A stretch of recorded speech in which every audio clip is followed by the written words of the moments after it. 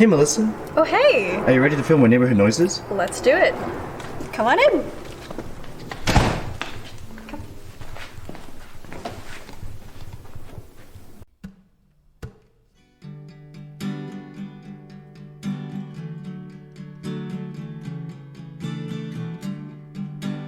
Hi, my name is Melissa Cherie, and we're going to be playing an acoustic version of Baby Blue.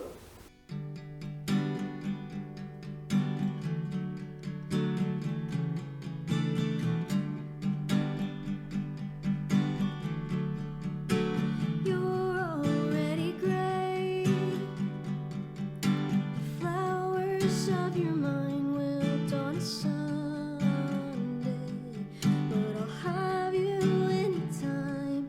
I'm in love with your potential. Drive your car north, south, and central. Call me when you leave, 'cause I don't mind. I've gone colorblind. I can't see the truth. I don't want to. I don't mind. I've gone colorblind, but I see red for you. You were baby blue.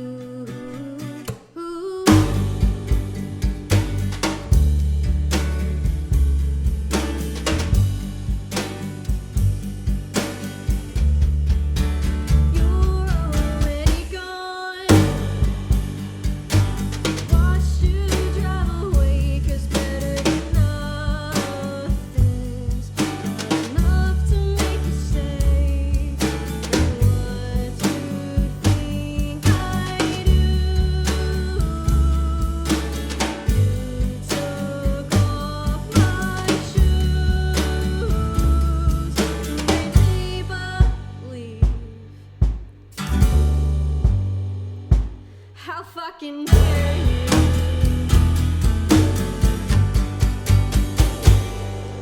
'Cause I don't mind. I've gone colorblind. I can't see the truth. I didn't want to. I don't mind. I've gone colorblind, but I see red for you. You were baby blue.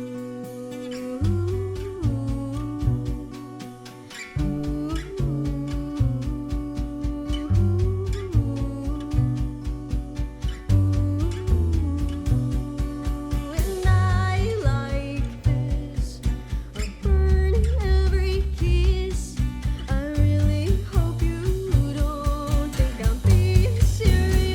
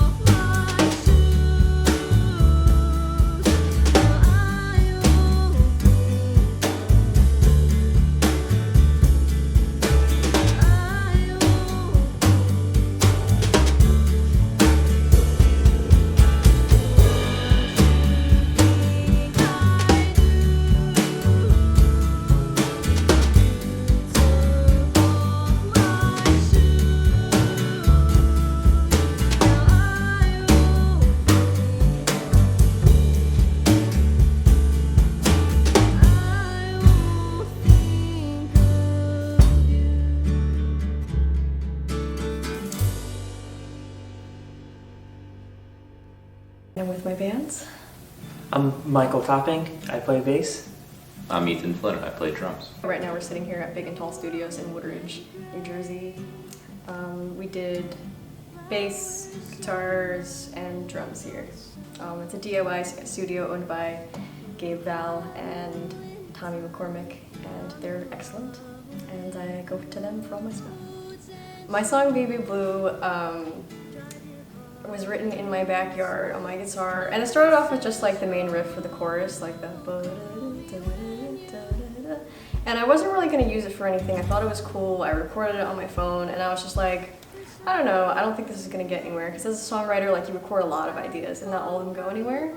It's a very introspective song about just being kind of like, somebody's really bad for you, but you're kind of like blinded to that. I feel like a lot of times when I write songs, like I'll write music and then I'll just have lyrics just written in my notes app that kind of like don't really belong anywhere. And so I kind of just pulled from the notes app and was just sort of plugging stuff in. And I just kind of got the first line of like, "You're already gray," and then it just kind of took off from there. I feel like the songwriting process for this, the verse and the chorus felt like two different songs at first. I actually wasn't sure if they were gonna fit together because like they have a very different feel. The chorus, I'm doing some, some cool stuff harmonically that's very different. And then what I wound up doing was, like I said, I was still feeling really in the heat of the moment when I wrote that song. So I went to my basement and I just started like demoing it, and like the demo came out really great. So I wound up just like dropping it on SoundCloud, and I was very kind of scared to post it to Instagram because like I didn't know how people were gonna react to it. It was something like kind of different than what I've done before. And then I posted it to Instagram, and like I got really great feedback on it. And then like, the Tiny Desk was coming up, and we were just like, man, we gotta do this for the Tiny Desk. Like, this is good. A lot of times when you get a demo, it's really rough. The recording quality is maybe not so great. There's pieces that are still missing. It feels maybe a bit empty. But I mean, getting the demo for this song, it felt like the whole thing was there. Except for drums, maybe the bass part needed to be fleshed out a little bit, but I mean, the whole thing sounded great. I mean, it sounded like a real song. It's a song that sort of wrote itself. Like, it didn't feel like there was a lot of workshopping that had to go into it. It just felt very natural. This song, like, it was already arranged, like, when you sent it to us. So, like, everything, really, for all of your songs, like, everything seems to make sense, like, when we all come in, just, like, from the get-go. Yeah, so it's not like we don't have to, like, scratch our heads Right. to play these songs. We're just, like, just play the best we can. Yeah, I feel like that's right. I feel like when we get together, it's like you guys sometimes just read my mind, like intuitively about what I want. Hell yeah. Hell yeah. I really love the line, "You took off my shoes." That just like feels like creepy. It feels like creepy and angry to hear that, and I just think that's a really. It feels like a really personal line. So that's my favorite from the song.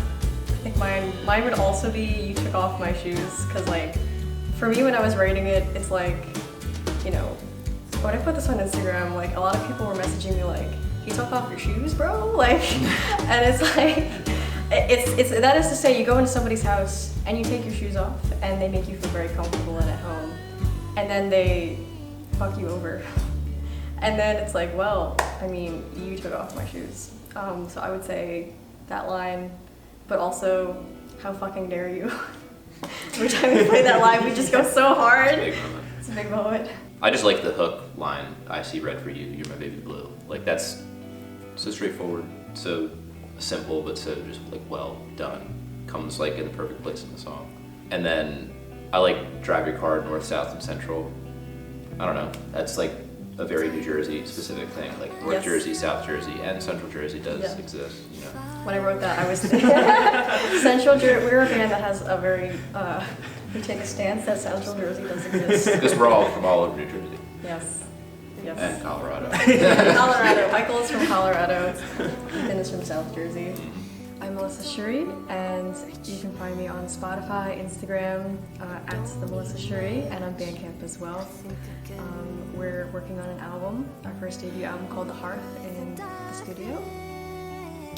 And we have a bunch of singles coming out for that album, and we'll be playing a bunch of shows in the fall.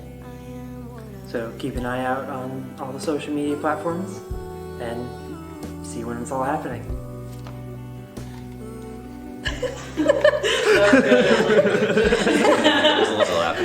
Be sure to subscribe to the Neighborhood Noises YouTube channel, like, comment, subscribe, and turn on the post notifications. Smash that motherfucking like button.